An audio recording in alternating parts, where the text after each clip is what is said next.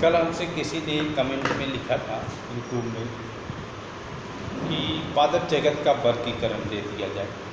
तो देखिए, पादप जगत का वर्गीकरण ये तो मेरी रिस्पॉन्सिबिलिटी है, मुझे देना है। मैं पादप जगत का वर्गीकरण दूंगा, आपको विस्तृत वर्गीकरण दूंगा।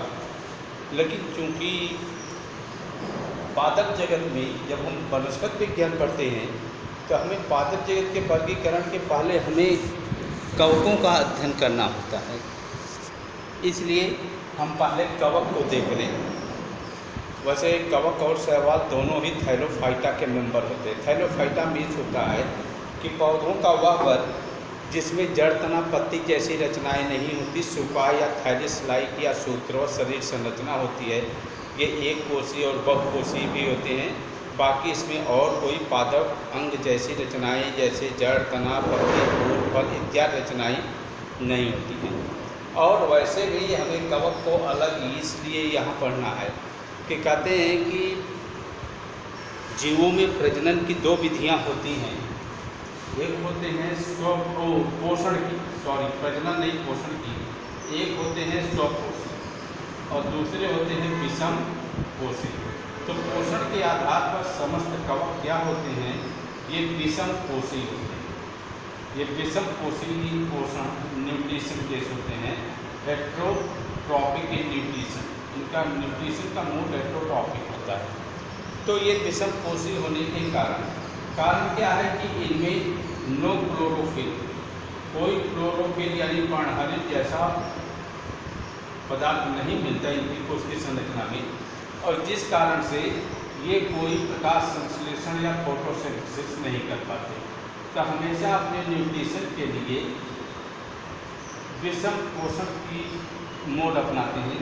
वो विषम पोषी प्रक्रिया इनकी हो सकती है आइदर पैरासाइट, परजीवी हो सकते हैं। पैरासाइट मीन्स परजीवी। परजीवी में एक आपका होता है पैरासाइट होता है जो किसी के ऊपर आश्रित रहता है, और पोषण के लिए जिस पे आश्रित होता है वो होता है घोष्ठ या मेलबा। और दूसरा होता है सैप्रोफाइट, मृतोपजीवी। ऐसे कवक जो होते हैं हमेशा सड़े गले या कार्बनिक पदार्थों से अपने लिए भोज्य पदार्थ को प्राप्त करते हैं। यानी कहने का मतलब कि मोड ऑफ न्यूट्रिशन इनका हेट्रोट्रॉपिक होता है।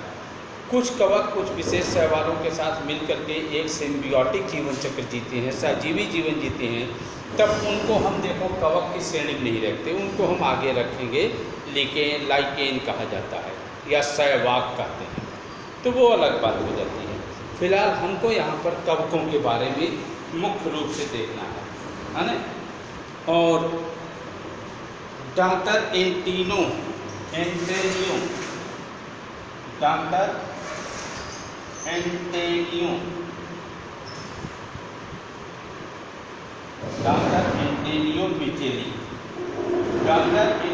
मिचेली ने कवकों पे बहुत अपना अध्ययन किया था।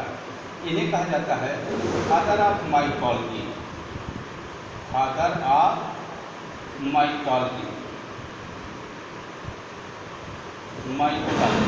कवकों का अध्ययन जीव विज्ञान की जिस शाखा में करते हैं उसे कहा जाता है माइकोलॉजी कहा जाता है। यानी कवक विज्ञान का जनक कहा जाता है डॉक्टर एंटोनियो मिचेली को। इन्हें कवक विज्ञान का जनक कहा जाता है ना। तो अब कहते हैं कि कवकों में एक कोषीय कवक जो सबसे कॉमन हमारा होता है, सबसे महत्वपूर्ण कवक, बहुत नाम सुनते हैं आप, ये बहुत वीआईपी कवक कहा जा सकता है।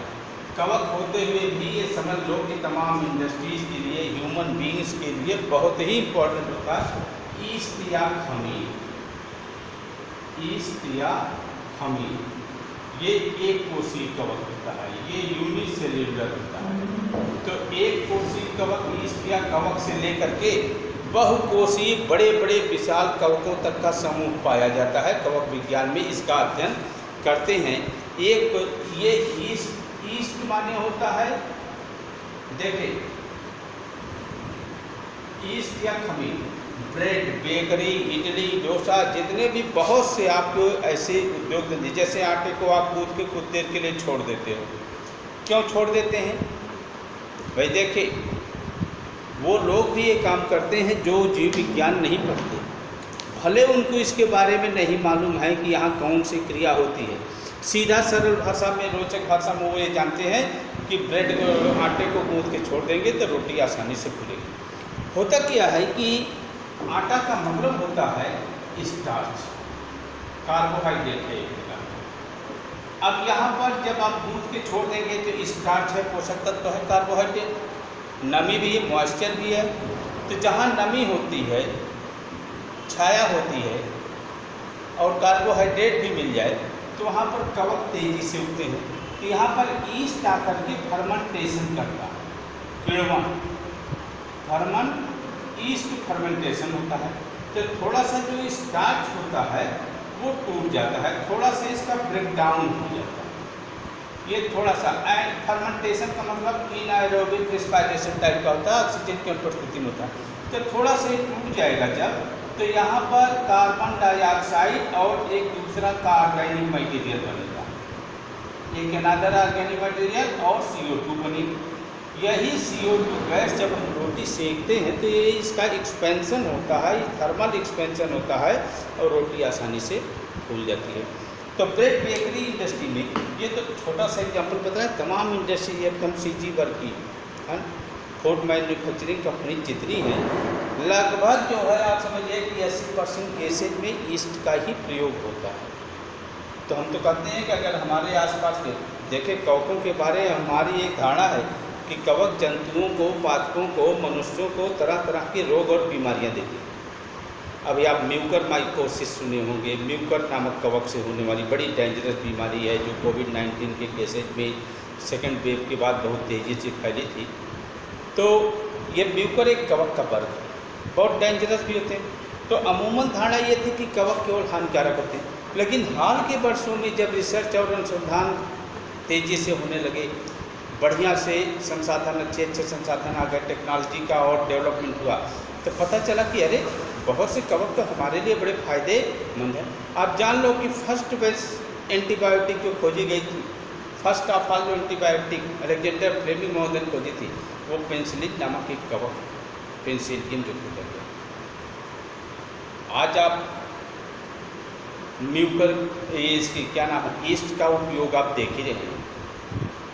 दही, मट्ठा, south Indian dishes, bread, bakery, बहुत से ड्रग इंडस्ट्रीज में इनका उपयोग हो रहा है, बम्पर उपयोग हो रहा है। अब तो हम इंडस्ट्रियल, जब ये बायोटेक्नोलॉजी का वो दौर आया, जब हम औद्योगिक क्रम इसका पढ़ेंगे 12th में, औद्योगिक विकास की जो फूड की क्रांतियाँ आई हैं, खाद्य उत्पादन की नीतियाँ जो आई हैं, उसमें देखेंगे आप कि जैसे तमाम प्रकार के बैक्टीरियाज का, तमाम कवकों का कितना व्यापक उपयोग हो रहा है, कल्चर संवर्धन किया जा रहा है ना, और इससे फूड प्रोडक्शन बहुत तेज़ी से आगे बढ़ रहा है।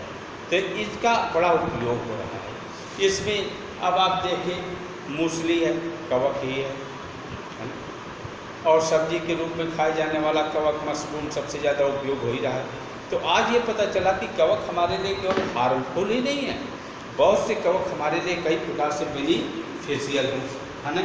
पफ वाल है, स्टिक आर्म है, पफ वाल है, ये मल्टी सेल्यूलर है ना, ये मल्टी सेल्यूलर कवक है, बहुकोषी है ना, ये मल्टी सेल्यूलर बहुकोषी है ना। तो यूनिसेल्यूलर भी होते हैं और ये मल्टी सेल्यूलर भी होते हैं कवकों की। अच्छा ये देखिए एक मिनट, अब देखिए कवक के तंतुओं को, कवक के जो तंतु होते हैं, मैंने कहा ना रूट, स्टेम या लीफ जैसी रचनाएं नहीं मिलेगी, ये यूनिसेल्यूलर भी होंगे, इनके तंतु शाखित भी होंगे, अशाखित भी होंगे, ब्रांचिएट भी होंगे। तो देखिए ये कवक की हाइफी होती है, तंतु होते हैं, कवक तंतुओं को बोला जाता है हाइफी, कवक तंतुओं को हाइफी कहा जाता है, तंतु ये जैसे। और ये हाइफी दो तरह की इनकी होती है, सेप्टेट, अगर ये बीच बीच में इनके पट हैं, ये सेगमेंटेड है, तो इनको बोलेंगे सेप्टेट। और अगर पट नहीं है, ये वाला ले लो, तो इनको बोलेंगे एसेप्टेट। ये सेप्टेट भी होते हैं और एसेप्टेट भी होते हैं। यूकैरियोटिक है, इसका मतलब इसमें केंद्रक पाए जाते हैं, केंद्रक युक्त होती है ना।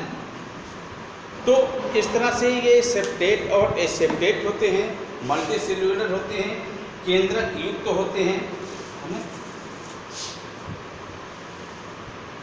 तो कहते हैं कि हाइफी और कवक तंतुओं का जो जाल होता है, कवक तंतुओं का जैसे पूरा ये तंतुओं का जाल बन जाए, तो कवक तंतुओं का जाल जो होता है वो कहलाता है माइसीलियम।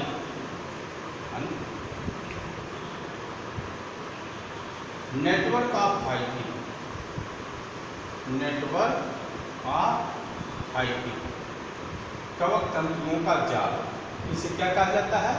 कवक जाल या माइसीलियम कहा जाता है। इसे आप कवक जाल या माइसीलियम भी कह सकते हैं।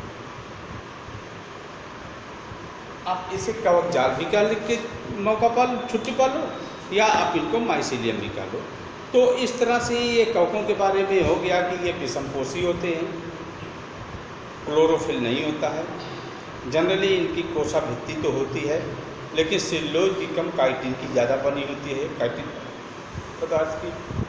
और ये क्या नाम है, इनके तंतुओं को हाइफी कहा जाता है। हाइफी सेप्टेट या एसेप्टेट होते हैं। ये सेप्टोफाइट या पैरासाइट जीवन जीते हैं। कुछ केसेज में कुछ कवक ऐसे हैं जो सिम्बियोटिक जीवन जीते हैं, लेकिन but they never autotrophic in nutrition mode, कभी भी ये ऑटोट्रॉफिक नहीं होते हैं। तो बाकी इनके बारे में इनका क्लासिफिकेशन